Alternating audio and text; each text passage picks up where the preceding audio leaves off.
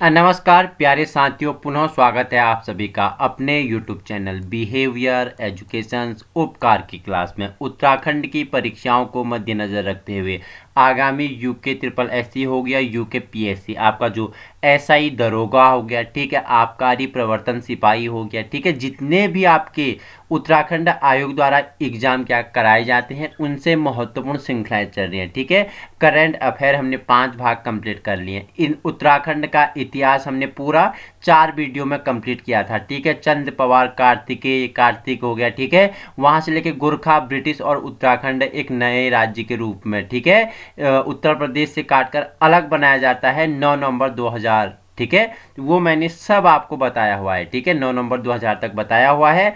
आज हम चर्चा परिचर्चा करेंगे उत्तराखंड की वन संपदा के बारे में। ठीक है, किसी भी क्षेत्र हो, स्थान हो, राज्य हो, देश हो, तो उसके लिए उसका वन अपना एक क्या अलग महत्व रखता है, क्योंकि उसके वनों के द्वारा बहुत सारे उद्योग धंधे स्थापित किया जा सकते हैं। ठीक है, उसके वनों में, ठीक है, वन क्या होते हैं, प्रमुख स्रोत होते हैं, पर्यटन के स्रोत भी होते हैं। ठीक है, आपको पता है वन से क्या होता है, वन भूमि। ठीक है, वन भूमि अधिक होगी तो उससे क्या क्या देश को क्या क्या उससे फायदा मिलेगा, क्या क्या देश की अर्थव्यवस्था में उसका प्रभाव पड़ेगा, इन सभी के बारे में हम चर्चा परिचर्चा करेंगे। जुड़ जाइए अगर उससे पहले आप हमारे यूट्यूब चैनल या अपने यूट्यूब चैनल बिहेवियर एजुकेशन उपकार की क्लास में नए हैं तो वीडियो में संलग्न हो जाइए और वीडियो उन लोगों तक पहुंचाने की कोशिश कीजिए जिन लोगों के पास क्या है, संसाधनों के अभाव है। तो आइए चर्चा परिचर्चा कर लेते हैं उत्तराखंड के वन संपदा के बारे में। ठीक है, तो वन अधिनियम 1980 के तहत वर्ष 2000 से 2018 तक उत्तराखंड में सड़क, पेयजल, सिंचाई और क्या, पारेषण, जल विद्युत, खनन व अन्य परियोजनाओं में कुल कितना बताना, 41,439.094 हेक्टेयर वन भूमि हस्तांतरित की गई थी। ठीक है, जिसमें सबसे अधिक वन भूमि कितना, 8,756.0070 हेक्टेयर खनन परियोजना तथा 6,895.3297 हेक्टेयर सड़क परियोजना को हस्तांतरित हुई है। राज्य का कुल हस्तांतरित वन भूमि में सर्वाधिक वन भूमि, ठीक है, कितना, 20,596.3286, ठीक है, हेक्टेयर जनपद देहरादून में हस्तांतरित हुई। सबसे ज्यादा कहाँ पे, तो आपको बताना है 20,596.3286 हेक्टेयर कहाँ, देहरादून में हस्तांतरित हुई है। ठीक है, वहीं भारतीय वन सर्वेक्षण रिपोर्ट 2017 के आधार पर उत्तराखंड के कुल भौगोलिक क्षेत्र का 45.43% भाग क्या है, वनाच्छादित क्षेत्र है।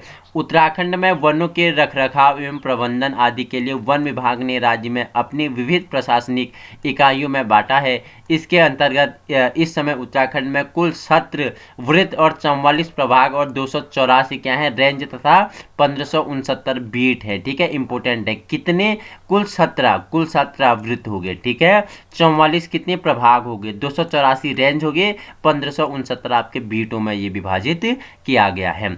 उत्तराखंड में 393 आरा मिल, 38 प्लाईवुड हो गया, ठीक है, वेनियर इकाइयाँ एवं 120 लीसा इकाइयाँ, इनमें से 40 इकाइयाँ वर्तमान में कार्यरत नहीं है। उत्तराखंड सरकार को वर्ष 2017 से 18 में रुपया कितना, 311.1349 लाख रुपए का वन राजस्व प्राप्त हुआ है। ठीक है, 2017 में कितना, 311.1349 लाख रुपये का वन राजस्व प्राप्त हुआ है। ठीक है, वहीं अगर बात करूं तो देखो उत्तराखंड की वन पंचायत व्यवस्था देश की अपनी तरह की अकेली व्यवस्था है जिसे वनों का प्रबंधन और वन उत्पादों का उपयोग करने का अधिकार ब्रिटिश काल से मिला हुआ है। ग्राम सभा में ग्राम पंचायत के बाद वन पंचायत दूसरी कानून समस्त लोकतांत्रिक संस्था है जिसे गांव के सामूहिक विषयों में निर्णय लेने का भी अधिकार मिला हुआ है। ठीक है, तो आइए जानते हैं कुछ महत्वपूर्ण फैक्ट। ठीक है, वन्य जीव, देखो वर्ष 2020 की हाथी गणना के अनुसार उत्तराखंड में हाथियों की संख्या कितनी है,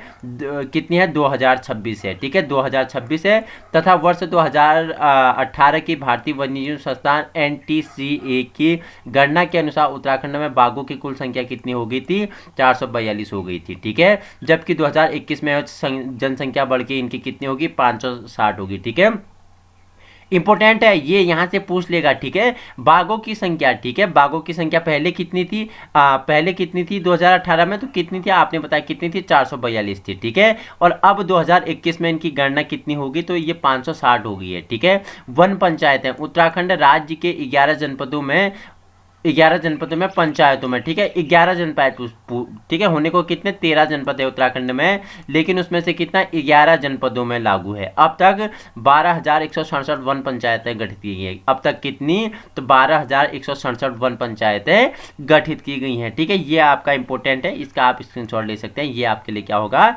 महत्वपूर्ण होगा, ठीक है। तो आइए अब चर्चा कर लेते हैं वन संपदा के बारे में। वनस्पति प्राकृतिक वातावरण का प्रमुख सजीव तत्व है, ठीक है। वनस्पति क्या है, जो प्राकृतिक वातावरण का क्या है, प्रमुख सजीव तत्व है। प्राचीन काल से ही मानव और वानस्पतिक संपदा का क्या है, घनिष्ठ संबंध रहा है। पर्यावरण का जो संपदा है वन संपदा द्वारा ही क्या है, संभव है। वन संपदा से ही वायु प्रदूषण पर नियंत्रण, वर्षा की मात्रा का स्थायित्व एवं भूषण का नियंत्रण होता है। ईंधन हो गया, चारा हो गया, काष्ठ के अतिरिक्त बहुमूल्य जीवनदायिनी औषधियां वनों से ही प्राप्त होते हैं, ठीक है। वन क्यों महत्वपूर्ण है, ईंधन के लिए वन महत्वपूर्ण है, चारे के लिए वन महत्वपूर्ण है, काष्ठ के लिए, ठीक है, लकड़ी के फर्नीचर के लिए। इसके अतिरिक्त वनों में क्या बहुमूल्य जीवनदायिनी क्या औषधियां भी प्राप्त होती हैं, ठीक है। राज्य में वन संपदा का अतुल भंडार है, राज्य में क्या है, वन संपदा का अतुल भंडार है। उत्तराखंड वन सांख्यिकी 2017 से 18 के अनुसार विभिन्न वर्गों के अंतर्गत 37,999.6 वर्ग किलोमीटर क्षेत्र में वन संपदा का विस्तार है। उत्तराखंड का कुल वन क्षेत्र उसके भौगोलिक क्षेत्र के सापेक्ष प्रतिशत कितना, 71.05% है, ठीक है। तो देखो ये बता दिया है मैंने, इंपोर्टेंट है ये वाला, आप स्क्रीनशॉट ले लेना कि वन विभाग की प्रशासनिक इकाइयां, ठीक है, जिसे संकल कहते हैं या वृत्त बोलते हैं, कितने हैं, 17 संकल या वृत्त हैं।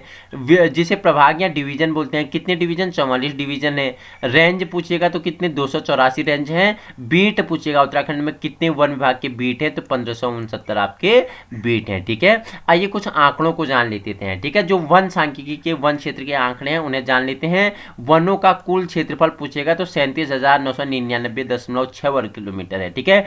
प्रति व्यक्ति वन क्षेत्र पूछेगा तो 0.375 आपका हेक्टेयर है। अगर भौगोलिक क्षेत्रफल के सापेक्ष वनों का क्षेत्रफल पूछेगा तो 71.05% है, ठीक है। सारे आंकड़े आपके लिए इंपोर्टेंट है। वही वन विभाग के अधीन क्षेत्र पूछेगा तो 25,863.18 वर्ग किलोमीटर है। वन पंचायतों के अधीन वन क्षेत्र पूछेगा तो कितना, 7,168.502 वर्ग किलोमीटर है। राजस्व विभाग के सिविल स्वयं पूछेगा तो 4,768.7 वर्ग किलोमीटर है। पालिका कैंटोनमेंट के अधीन वन पूछेगा तो 156.444 वर्ग किलोमीटर है। और राष्ट्रीय उद्यान पूछेगा तो 6, जो कितने आपको बताना है, 5,006.76 वर्ग किलोमीटर में फैला हुआ है। वन्य जीव कितने हैं, 7 है, जो कितना 2,683.73 वर्ग किलोमीटर में फैला है। अगर पूछेगा संरक्षण आरक्षित पूछेगा तो 4 है, जो 21,244.560 हेक्टेयर में फैला हुआ है, ठीक है।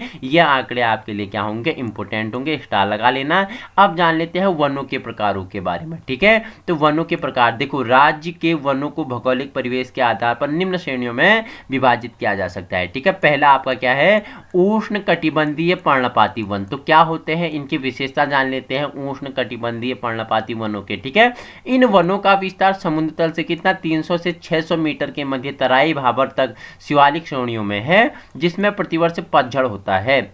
इनमें मूल्यवान प्रजाति के वृक्ष जैसे साल हो गया, शीशम हो गया, सैन हो गया, सागौन हो गया, सेमल हो गया, हल्दू, धौड़ी, बहेड़ा, जामुन, रोहणी, तनु, सहतूत आदि प्रजातियां पाई जाती है, ठीक है। आपसे पूछ लेगा कि निम्न में से उत्तराखंड राज्य में कौन सा उष्ण कटिबंधीय पर्णपाती वन है, तो आपको 4 ऑप्शन दे देगा, ठीक है। उन 4 ऑप्शन से आपको का सही आंसर लगाना है, ठीक है। दूसरा आपका क्या है, हिमालयी उपोष्ण चीड़ के वन है, ठीक है। चीड़ के वृक्षों की प्रधानता वाले इन वनों का विस्तार मुख्यतः समुद्र तल से कितना, 700 से 1400 मीटर की ऊंचाई वाले पहाड़ी ढालों में है। चीड़ वृक्ष से मूल्यवान लीसा प्राप्त होता है, चीड़ से क्या होता है, मूल्यवान लीसा प्राप्त होता है।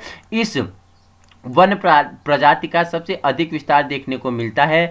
आर्थिक दृष्टि से चीड़ वनों से सर्वाधिक लाभांश क्या करता है, प्राप्त करता है। ठीक है, तीसरा आपका क्या है, हिमालयी शीतोष्ण सदाबहार वन। ठीक है, अगर पूछेगा तो कितने 1500 से 2800, 1500 से 2800 मीटर की ऊंचाई वाली क्षेत्रों में अधिक मिलते हैं इन वनों का विस्तार। ठीक है, जो हिमालयी शीतोष्ण सदाबहार वन है 1500 से 2800 मीटर की ऊंचाई वाले क्षेत्रों में इनका विस्तार क्या मिलता है, अधिक मिलता है। इन वनों में मुख्य प्रजातियां बांस और बुरांस है। ठीक है, बुरांस अपना क्या है, राजकीय वृक्ष भी है उत्तराखंड का। ठीक है, देखो अब आप यहां से एक क्वेश्चन बना जाते हैं, तो बुरांस का जो वृक्ष है वो 1500 से 2800 मीटर की ऊंचाई में पाए जाने वाला वृक्ष है। ठीक है, कहीं कहीं देवदार हो गया, कैल हो गया, राई आदि की प्रजातियां भी पाई जाती हैं। यह वन क्षेत्र आर्थिक एवं पर्यावरण की दृष्टि से सबसे महत्वपूर्ण है। चौड़ी पत्ती वाले ये वन सदैव हरे भरे रहते हैं। ठीक है, निम्नलिखित में से कौन से वन सदैव हरे भरे रहते हैं, तो हिमालयी शीतोष्ण सदाबहार वन रहते हैं,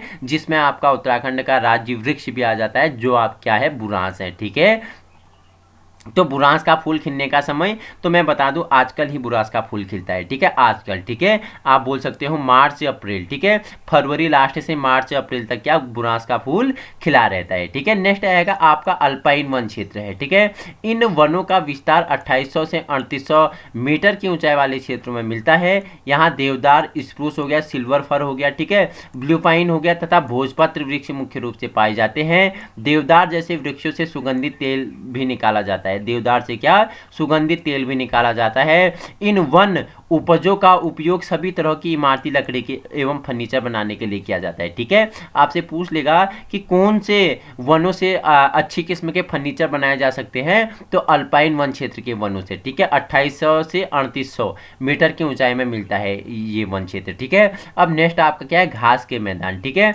वन रेखा और हिमरेखा 3800 से 4200, ठीक है, 3800 से 4200 मीटर के बीच की ऊंचाई वाले क्षेत्र जलवायु की कठोरता के कारण वृक्ष विहीन है। ये क्या है, अधिक ऊंचाई, हिम रेखा से अधिक ऊंचाई के कारण क्या होता है, वृक्ष विहीन होता है। परंतु इन क्षेत्रों में छोटी छोटी नर्म घासें उगती है। ठीक है, वृक्ष विहीन होता है लेकिन क्या छोटी छोटी घासें उगती हैं, जिन्हें बुग्याल या प्यार कहा जाता है। ठीक है, अल्पाइन नामों से भी इन्हें जाना जाता है।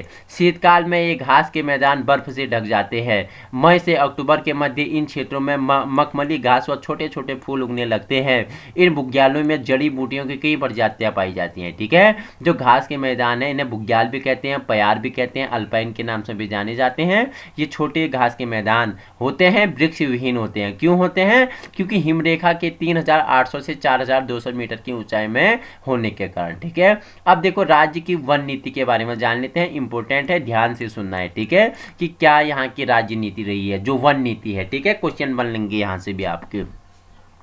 तो उद्देश्य क्या है, पहले उद्देश्य जान लेते हैं। पर्यावरणीय स्थिरता तथा पारिस्थितिकीय संतुलन स्थापित करना। ठीक है, जो वन नीति है इसका क्या मुख्य उद्देश्य है, देखो पर्यावरणीय स्थिरता एवं पारिस्थितिकीय संतुलन स्थापित करना, जैव विविधता तथा वन्य जंतु संरक्षण हो गया, प्राकृतिक वनों तथा वृक्षारोपण का वैज्ञानिक एवं टिकाऊ प्रबंधन करना हो गया, बंजर भूमि, नदियां होगी, जलाशय तथा जल स्रोतों का विकास करना, जलागम क्षेत्रों में वनीकरण, मृदा व भूमि संरक्षण करना। ठीक है, देखो बंजर भूमि, नदियां होगी, जलाशय होगी, इन क्षेत्र में इनमें क्या करना, वृद्धि करना, इनका विकास करना, और जलागम क्षेत्रों में वनीकरण। ठीक है, मृदा और भूमि का संरक्षण। ठीक है, जो मृदा क्षरण हो रहा है, ठीक है, बहते जल से जो मृदा बार बार कटान हो रही है उसका संरक्षण करना। तो ठीक है, इतना आप समझ गए हैं। देखो वहीं वनों की उत्पादकता में वृद्धि के प्रयास तथा वैकल्पिक स्रोतों का पता लगता है। स्थानीय जनता की सहभागिता, वन पंचायत तथा संयुक्त वन प्रबंधन को प्रोत्साहित करना तथा समग्र विकास में महिलाओं की भूमिका सुनिश्चित करना, इसका क्या है, जो राज्य की वन नीति है इसका प्रमुख उद्देश्य है। ठीक है, अब कार्य योजना के बारे में जान लेते हैं। ठीक है, वनीय क्षेत्र का विस्तार। ठीक है, 1988 में वन नीति के अनुसार राज्य में संपूर्ण क्षेत्रफल के 2/3 भाग पर वन होने चाहिए। वर्तमान में हिमाच्छादित क्षेत्रों को छोड़कर बंजर तथा खाली भूमि को वनाच्छादन के अंतर्गत लाने का प्रयास किया जा रहा है। ठीक है, जिस क्षेत्र में वन नहीं है, ठीक है, हिमालयी क्षेत्रों को छोड़ के, हिमाच्छादित मतलब जो हिम से भरे हुए हैं, उन क्षेत्रों को छोड़कर जितने भी बंजर एवं प्यार भूमि है उनमें वृक्ष वनाच्छादन करने का प्रयास किया जा रहा है। ठीक है, वर्ष 2012 से 13 से लेकर ठीक है। वर्ष 2017 से 18 तक 6 वर्षों में विभागीय वृक्षारोपण के तहत उत्तराखंड में कुल कितना 83,997.84 हेक्टेयर में वृक्षारोपण का कार्य हुआ तथा बृहद वृक्षारोपण के तहत 6 वर्षों में 213.56 लाख पौधों का रोपण भी किया गया। ठीक है। अब देखो ये आपके लिए इंपॉर्टेंट है, क्या सुमेध जातियां क्या होती हैं? ऐसी जीव जातियां हैं जिनके निकट भविष्य में संकटग्रस्त जातियों में सम्मिलित होने की आशंका बन जाती है। ठीक है। सुमेध जातियां क्या होती है? ऐसी जातियां हैं जिनका भविष्य में क्या है, जो संकटग्रस्त हैं, लाल पुस्तक में आने के लिए जो तैयार हैं। दुर्लभ जातियां, ठीक है, ऐसी जीव जातियां हैं जिनकी संख्या सीमित रह गई है। दुर्लभ जातियां क्या है? ऐसी जातियां हैं जिनकी क्या संख्या सीमित रह गई, जैसे कस्तूरी मृग हो गया। ठीक है। जिसका अवैध शिकार होता है, किसके लिए? कस्तूरी के लिए। ठीक है। कस्तूरी केवल नर मृग में पाया जाता है। ठीक है। कस्तूरी यहाँ का क्या है, तो राज्य पशु है, आपको पता है कस्तूरी। ठीक है। कस्तूरी मृग। ठीक है। काचुला खर के कस्तूरी मृग प्रजनन संरक्षण के लिए खोला गया। कहाँ खोला गया आप मुझे बताएंगे। ठीक है। आइए आगे परिचर्चा कर लेते हैं। वनीकरण, सामाजिक तथा कृषि वानिकी के बारे में जान लेते हैं। ठीक है।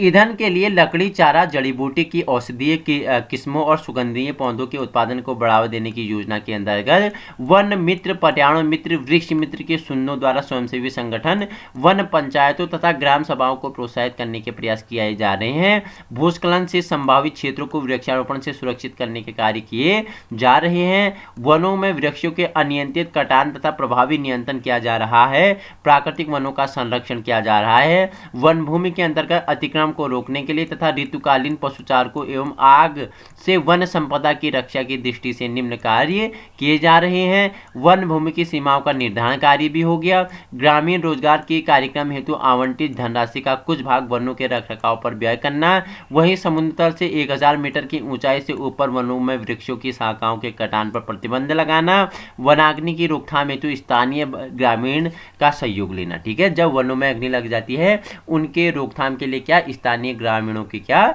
उनकी सहायता लेना। ठीक है। भूमि तथा जल संरक्षण के बारे में जान लेते हैं। ठीक है। जलागम क्षेत्र प्रबंधन के माध्यम से भूमि तथा जल का संरक्षण एवं चारा संबंधी नीति का निर्धारण किया जा रहा है।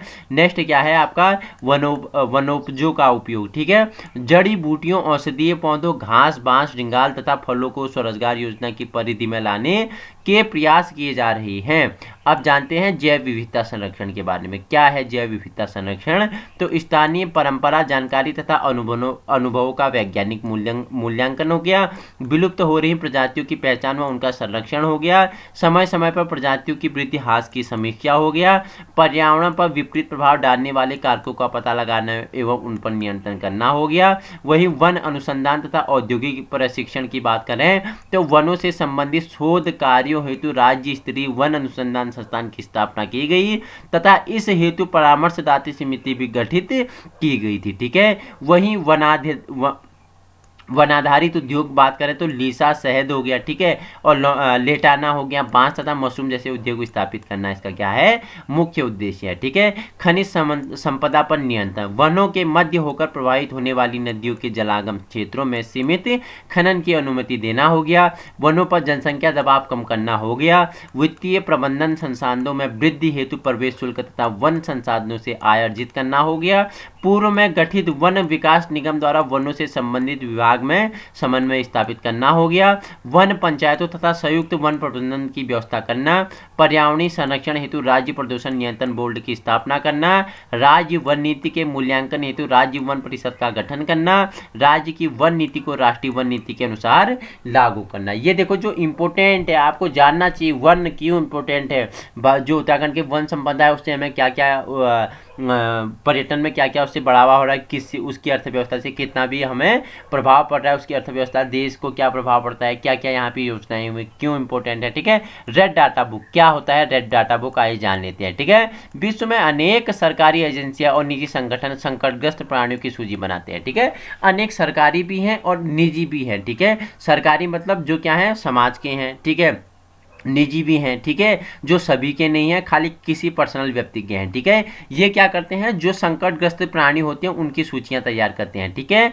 इस तरह की सूची में लाल, नीली व पीली सूची आदि शामिल होती है। लाल भी होती है, नीली भी होती है, पीली भी होती है, लेकिन इनमें सबसे महत्वपूर्ण सूची रेड डाटा बुक है। विश्व में विभिन्न जातियों के प्राणियों की स्थिति पर यह एक महत्वपूर्ण दस्तावेज है। इस सूची में संकटग्रस्त प्राणियों का लेखा जोखा रखा जाता है, ठीक है, जिनकी संख्या दिन प्रतिदिन घट रही है। संकटग्रस्त है, एक टाइम ऐसा आएगा कि वो विलुप्त हो जाएगा। जैसे पहले डायनासोर है, अब डायनासोर नहीं है क्योंकि वो खत्म हो गया। तो जो जिनकी संख्या कम है, जो संकटग्रस्त हैं, तो उन्हें रेड डाटा बुक में रखा जाता है, ठीक है। इस प्रकार के गुलाबी पृष्ठों पर गंभीर रूप से संकटग्रस्त प्राणियों का उल्लेख किया जाता है। जो प्रजातियां जो पहले संकटग्रस्त थी लेकिन अब संकटग्रस्त नहीं है, उनका विवरण हरे पृष्ठों में दिया गया। देखो पहले क्या थी, वो संकटग्रस्त थी लेकिन उनका संरक्षण करके अब वो संकटग्रस्त नहीं है, तो उन्हें किसमें, हरे डाटा में डाल दिया जाएगा, हरे पुस्तक, हरे बुक में डाल दिया जाएगा। उनका विवरण हरे पृष्ठों में दिया जाता है। हाल ही के वर्षों में गुलाबी पृष्ठों की भी संख्या बढ़ी है, लेकिन हरे पृष्ठों की संख्या काफी कम है। तो आप जान गए हैं हरे पृष्ठ, गुलाबी पृष्ठ और लाल पृष्ठ के बारे में, ठीक है, क्या है।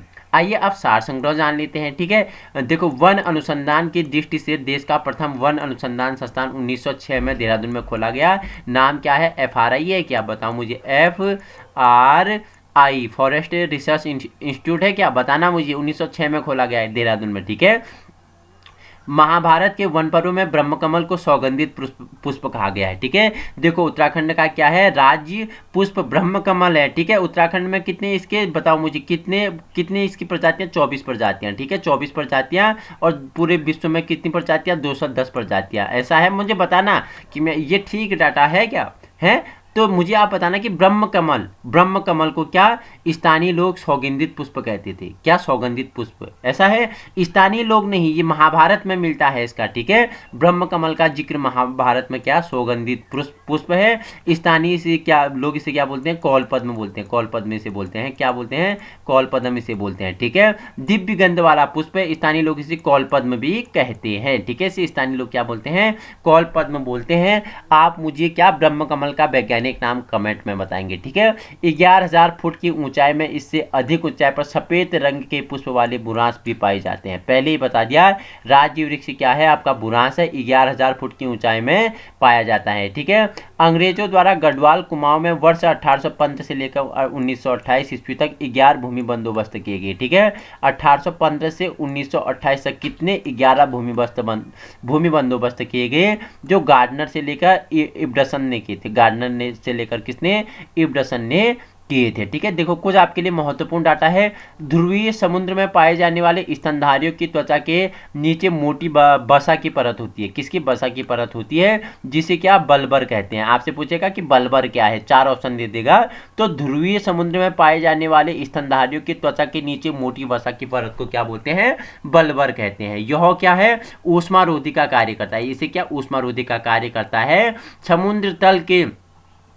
समुद्र तल या समुद्र तल में रहने वाले जीवों को क्या नितलस्थ प्राणी कहते हैं, ठीक है। नितलस्थ प्राणी किसे कहते हैं, जो समुद्र के तल में रहते हैं, ठीक है। अनेक पौधे व सूक्ष्म जीवों में ऐसे पदार्थ पाए जाते हैं जो प्राकृतिक कीटनाशी के रूप में कार्य करते हैं, जैसे तंबाकू से प्राप्त निकोटीन। तंबाकू से क्या प्राप्त होता है, निकोटीन प्राप्त होता है। आपसे पूछेगा कि निम्नलिखित से किससे निकोटीन प्राप्त होता है, तो तंबाकू से निकोटीन प्राप्त होता है। क्वेश्चन कैसे पूछेगा, ठीक है। देखो एज ए डिरेवेटिव, ठीक है, क्या बोल रहा है, एज ए डिरेविटन किससे प्राप्त होता है, तो नीम से प्राप्त होता है, क्या, एज ए डिरेविटन, ठीक है। तो याद रखना क्वेश्चन आपसे ऐसे बनते हैं, इंपॉर्टेंट है, ठीक है। देखो आप जान लेते हैं भोजपत्र के बारे में, ठीक है। देखो भोजपत्र, इसके मध्यम आकार के वृक्ष उत्तराखंड, हिमाचल प्रदेश और जम्मू कश्मीर के 2400 मीटर की ऊंचाई से लेकर 3800 मीटर की ऊंचाई तक पाए जाते हैं। वृक्ष की छाल को भोजपत्र कहते हैं, ठीक है। भोजपत्र का उपयोग ग्रामीण लोग धूप वर्षा से बचने के लिए रिंगाल की बेंत में गूंथकर छाता बनाते हैं। इस तरह भोजपत्र का ये लोग क्या करते हैं, यूज करते हैं। पहले ज़माने में भोजपत्र, बुर्ज हो गया, इनमें क्या लिपियां लिखी जाती थी। ये जिस तरह आज आप कंप्यूटर का उपयोग कर रहे हो, वर्ड हो गया, एक्सेल हो गया, ठीक है। उससे पहले क्या होता था कि आप कॉपी का प्रयोग करते थे लिखने के लिए, ठीक है। तो जो जिस तरह आज कॉपी का प्रयोग होता था, ठीक है, आज कंप्यूटर का प्रयोग हो रहा है, पहले क्या होता था, भोजपत्र, भूर जो हो गया, इन छालों से पत्तियों का प्रयोग किया जाता है। ठीक है, भोजपत्र की छाल का तंत्र मंत्र में भी प्रयोग किया जाता है। इसके अतिरिक्त पूर्व में भोजपत्र कागज के स्थान पर सर्वाधिक प्रयुक्त होता था। ठीक है, आइए कुछ जान लेते हैं बुग्यालों का संरक्षण एवं संवर्धन। ठीक है, बुग्याल मीडो उच्च पर्वतीय क्षेत्र में ट्री लाइन तथा स्नो लाइन के बीच पाई जाती हैं। आपसे पूछेगा बुग्याल, ठीक है, कहाँ पाए जाते हैं, तो ट्री लाइन तथा स्नो लाइन के बीच पाए जाते हैं। क्वेश्चन यहीं से बनेंगे। ठीक है, देखो इन क्षेत्रों में चारे की दृष्टि से वो उच्च मेडिसिनल मूल्य की महत्वपूर्ण अनेक वनस्पतियां प्रजातियां पाई जाती हैं। अत्यधिक चरान चुगाल के कारण बुग्यालों में जड़ी बूटी क्या होती हैं, इनकी प्रजातियों को में क्या होता है, प्रभाव पड़ता है, ये प्रभावित हुई हैं। इनका संरक्षण किया जाना आवश्यक है। यदि इनका संरक्षण नहीं किया गया तो जैविक दबाव के कारण इनका क्षय हो जाएगा, ये धीरे धीरे समाप्ति की ओर अग्रसर होंगे। वन विभाग द्वारा ऐसी दुर्लभ प्रजातियों को प्राकृतिक समूह को चिन्हित करने के साथ इनके संरक्षण पे भी कार्य किया जा रहा है। ठीक है, अब जानते हैं बांज के बारे में। ठीक है, देखो बांज जैसे क्या, क्वकरकस ल्यूको, ठीक है, क्वरकोस ल्यूको उत्तराखंड सदा हरित वृक्ष है। हिमालय में बांस की कई प्रजातियां पाई जाती हैं। मध्य हिमालय के क्षेत्र में इसमें स्वयंजात वृक्ष पाए जाते हैं। पर्वतीय क्षेत्र में वानिकी रूप से इसका वृक्षारोपण किया जाता है। पशुचारे के रूप में बांस की पत्तियों का उपयोग मवेशियों के लिए किया जाता है। कृषि उपकरणों के लिए ग्रामीण इसके काष्ठ का उपयोग करते हैं। बांस का कोयला सबसे अच्छा माना जाता है। ठीक है, देखो चीड़ का कोयला तो जल्दी राख बन जाता है, लेकिन जो बांस का कोयला है ये अच्छी ऊष्मा का स्रोत होता है और देर में इसकी राख बनती है, देर तक ये क्या होता है, चलता है। ठीक है, सबसे उत्तम कोयला माना जाता है। ठीक है, देखो कोयला कितने प्रकार का, तो कोयला 3 प्रकार का। ठीक है, ये वो वाला कोयला नहीं है, ठीक है, ये दूसरा प्रकार का कोयला है। तो कोयला सबसे उत्तम प्रजाति का कोयला आप मुझे बताएंगे कि क्या है, बिटुमिनस है। ठीक है, मुझे बताना कौन सा कोयला है। ठीक है, कोयले के प्रकार बताओ मुझे फटाफट। तो मैंने आपसे पूछा कि कोयले कितने प्रकार के होते हैं, तो मैंने आपको बताया है कि 4 प्रकार के कोयले होते हैं। ठीक है, 4 प्रकार के, देखो एंथ्रोसाइट हो गया, बिटुमिनस हो गया, लिग्नाइट हो गया, पीट हो गया। अगर सबसे उत्तम प्रकार का कोयला पूछेगा, ठीक है, ये बांझ वाला कोयला नहीं है, ये खनिज वाला, ठीक है, अधात्विक खनिज वाला, ठीक है, कोयला। ठीक है, कोयला नवीकरणीय है अनवीकरणीय है, आप मुझे बताएंगे। संसाधन मैंने आपको बताए हैं, नवीकरणीय जिन्हें जल्दी प्राप्त कर सकते हैं, अनवीकरणीय जो प्राप्त लंबे समय के बाद होते हैं। कोयला भी क्या लंबे समय, हजारों करोड़ सालों के बाद प्राप्त होता है। तो 4 प्रकार का कोयला बताया। ठीक है, एंथ्रोसाइट हो गया, बिटुमिनस हो गया, लिग्नाइट हो गया, पीट हो गया। ठीक है, जो सबसे बेहतर कोयला होता है वो क्या होता है, एंथ्रेसाइट होता है, जिसमें 94 से 98% होता है। ठीक है, और सबसे रद्दी, सबसे गंदा किस्म, सबसे खत्म किस्म का पूछेगा तो पीट होता है। पीट होता है जिसमें क्या 27%, पीट सर के 27% होता है। ठीक है, सबसे उत्तम कोटि का एंथ्रोसाइड हो गया। ठीक है, सबसे उत्तम कोटि का लोहा मुझे बताएंगे आप। ठीक है, लोहा बताएंगे मुझे, सबसे उत्तम कोटि का लोहा कौन सा माना जाता है। ठीक है, तो ये कनेक्ट करते हुए आपने सीखना है। ठीक है, देवदार के बारे में जान लेते हैं। देवदार देखो, सिड्रस देवदार उत्तराखंड हिमालय के आर्थिक स्रोत का महत्वपूर्ण वृक्ष है। इसके वृक्ष 3400 मीटर की ऊंचाई से लेकर 3900 मीटर तक पाए जाते हैं। इमारती लकड़ी के लिए देवदार की लकड़ी सबसे उत्तम मानी जाती है। महाकवि कालिदास ने अपने काव्य में हिमालय का वर्णन करते हुए देवदार को देवताओं का वृक्ष कहा है। महाकवि कालिदास, भारत का शेक्सपियर, मेघदूतम, ऋतु संहार हो गया, अभिज्ञान शाकुंतलम हो गया, विक्रमोर्वशीयम हो गया। ठीक है, सब कुछ इनके जितने भी रचनाएं हैं सब आपको मैंने बताया हुआ है। ठीक है, उन्होंने अपनी रचना में क्या बोला कि जो देवदार है ये क्या है, देवताओं का वृक्ष है। देवदार काष्ठ के तेल का उपयोग जोड़ों के दर्द या कमर दर्द के लिए। ठीक है, देवदार के काष्ठ से जो तेल निकाला जाता है इससे जोड़ों का दर्द, ठीक है, कमर का दर्द भी इससे क्या होता है, अच्छा होता है। अब कुछ शब्द परिचय के बारे में जान लेते हैं। जड़ी बूटियां, ठीक है, आप भली भांति जानते हैं कि जड़ी बूटियां क्या होती हैं। पृथ्वी पर उगने वाली वे समस्त वनस्पतियां जिनके किसी भाग का उपयोग औषधियों के रूप में किया जाता है उन्हें क्या बोलते हैं, जड़ी बूटियां बोलते हैं। जैसे आपने रामायण में देखा होगा संजीवनी बूटी। ठीक है, लक्ष्मण को क्या लगती है, बताओ मुझे, शक्ति लगती है तो हनुमान सारा पर्वती उठा के लेके आते हैं संजीवनी के लिए। ठीक है, तो ये जड़ी बूटियां हैं। ठीक है, घास क्या होते हैं, ठीक है, चारागाहों या वन क्षेत्र में उगने वाली वनस्पतियां अधिकांश घास या जानवर के भोजन के लिए प्रयुक्त होती हैं। और अंतिम शब्द है आपका वन नीति। वनों को संरक्षण प्रदान करने हेतु सरकार द्वारा निर्धारित नियम कानून को क्या बोलते हैं, वन नीति कहते हैं। ठीक है, तो हमने जाना आज क्या उत्तराखंड की जो वन संपदा है उसके बारे में चर्चा परिचर्चा कर ली है। आपके लिए कहीं न कहीं हर परीक्षाओं की दृष्टि से ये क्या होगा, महत्वपूर्ण होगा। इसी प्रकार की वीडियो अगर आपको चाहिए तो आप अपने यूट्यूब चैनल बिहेवियर एजुकेशन उपकार की क्लास को संलग्न कर सकते हो। वीडियो उन लोगों तक पहुंचाने की कोशिश करो जहां क्या है संसाधनों के अभाव है। उत्तराखंड ईयरबुक 2024 का ये क्या है, संकलन है, जो आगामी आबकारी प्रवर्तन सिपाही, दरोगा, एसआई हो गया, पीसीएस हो गया, एलटी एग्जाम हो गया, सभी के लिए आपके लिए क्या होगा, महत्वपूर्ण होगा। Thank you so much.